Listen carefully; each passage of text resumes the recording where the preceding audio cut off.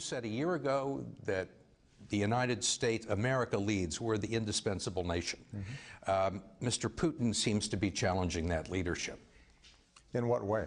Let's think about this. Well, he's moved troops into Syria, for one. Yeah. He's got people on the ground. Right. Two, the Russians are conducting military operations in the Middle East for the first time since World War II. So that's bombing the people that we are supporting. So that's leading, Steve? Oh boy, we had to pull that one up again, because we are joined right now, ladies and gentlemen, by Garry Kasparov, a Russian chess grandmaster, former world chess champion, and the author of a very, very brilliant new book, Winter is Coming. Now, winter is coming, but that's not the winter that this book is talking about. And the second part of the title is perhaps just as important, if not more: Why Vladimir Putin and the enemies of the free world must be stopped. Great to see you, sir. Thanks for inviting me. Well, it's my pleasure. All right.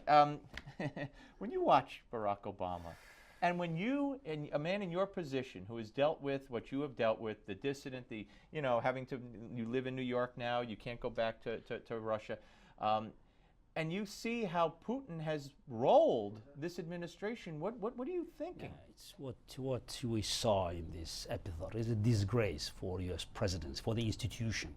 Because it's I think Obama doesn't understand it, and when they were selling the Iranian deal to American public and to the world, they kept repeating, oh, it's choices between, maybe it's not a good deal, but it's a peace and war. And I can tell him, that there's between peace and war, there's a big territory called leadership. There are many things that can be done, if you are a true leader. And unfortunately, he showed no signs of understanding how it works. Okay.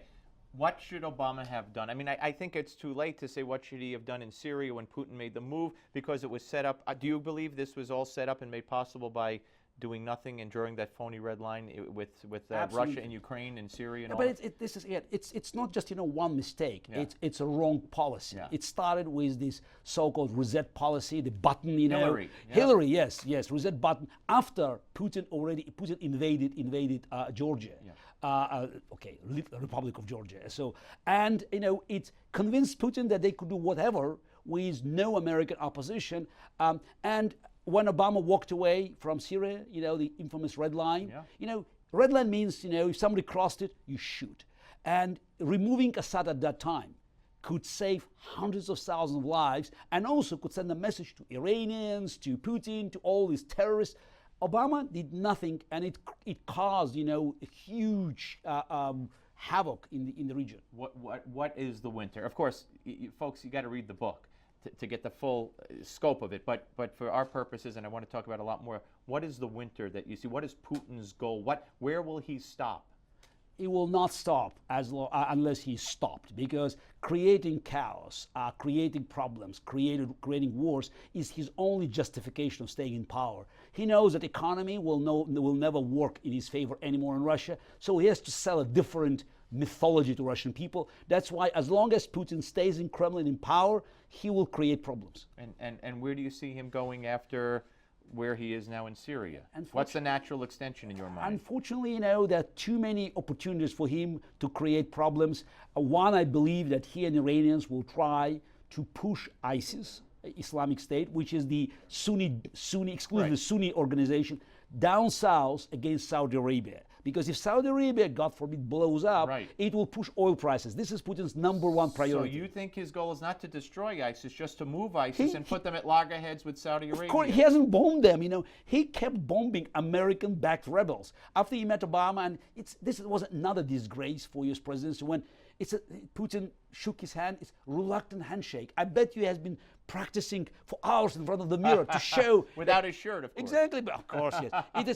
It was trumpeted on Russian television as a triumph of Russian leader who went to the belly of the beast in New York, shook Obama's hands, reluctantly, and then came back to Moscow, and Russian planes bombed immediately next day. All right, I know you're not an expert on this, but what do you think happened to the Russian plane in the Sinai?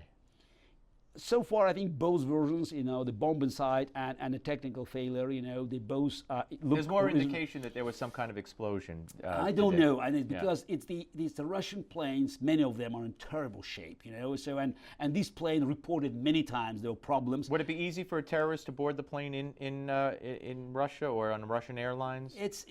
Actually it was in Egypt because Egypt. It was in Egypt. It could be a Lockerbie type attack. Right now, I don't know. Yes, it is. But what was amazing that Vladimir Putin was silent for more than 2 days after this tragedy. All right, who would you like to see? Who do you think is going to win the Republican nomination? I don't know. Who would you like to see?